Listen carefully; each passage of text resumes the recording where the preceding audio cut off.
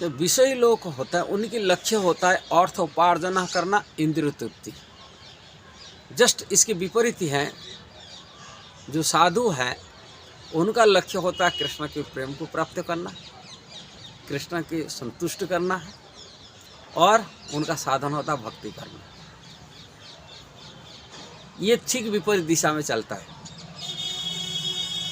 भौतिकवादी लोग हैं जो विषयी लोग, वो समझ नहीं पाते। वो भौतिक इंद्रिय तृप्ति सुख ही परम सुख वाली मान लेते। इंद्रिय जनित तो जो सुख मिलता है उसको, ये बात को प्रहलाद महाराज श्रीमद् भागवत में कह रहे। जन मैथुना आदि गृह मेधि सुखम ही तुच्छम कंडुएन करयोरिव दुःखम दुःखम तृप्यन्ति नेह कृपणा बहु दुःख भाज कंडु निभवत मनसीजम विषहेत धीरा।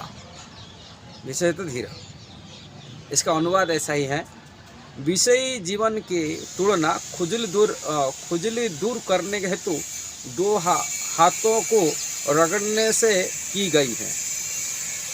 गृह में दी अर्थात तथाकथित जो गृहस्थ जिन्हें कोई आध्यात्मिक ज्ञान नहीं होता है, वे सोचते हैं कि यह खुजलना सर्वोत्कृष्ट सुख है, यदि वास्तव में यह दुख की जड़ है। कृपण जो ब्राह्मण से सर्वथा विपरीत होता है, बारंबार इंद्रिय भोग करने पर भी तुष्ट नहीं होते, किंतु जो धीर है और इन खुजलाहट को सह लेते हैं, उन्हें मूर्ख तथा धूर्त जैसा कष्ट नहीं सहने पड़ते। ये प्रहलाद महाराज श्री नरसिंह भगवान को प्रार्थना कर रहे हैं।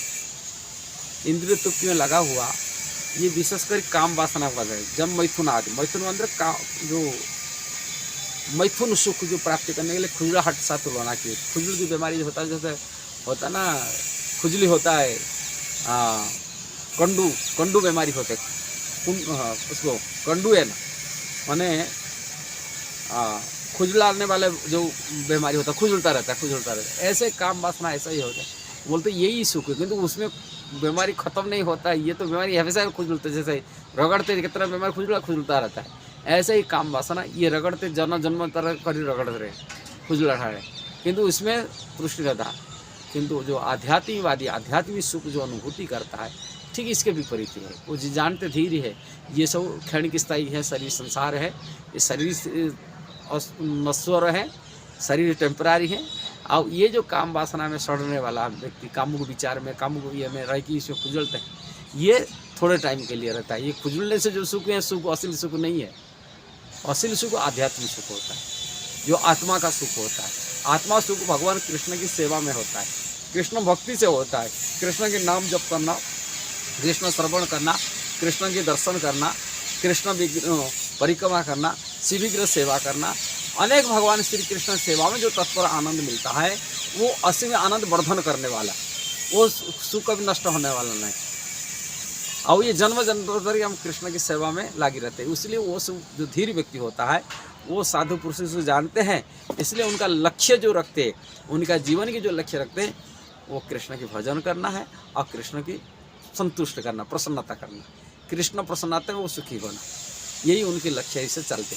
किंतु जो विषयी लोग होते हैं, उनका जीवन अलग तरह का होता है। जो विषय सुख ही सुख मानता है और उसी खुजलते हैं, जन्म जन्म पर यही चलता रहता है। यदि वीडियो सही लगा जरूर इसको शेयर करना, सब्सक्राइब करना, लाइक कमेंट करना। हरे कृष्णा।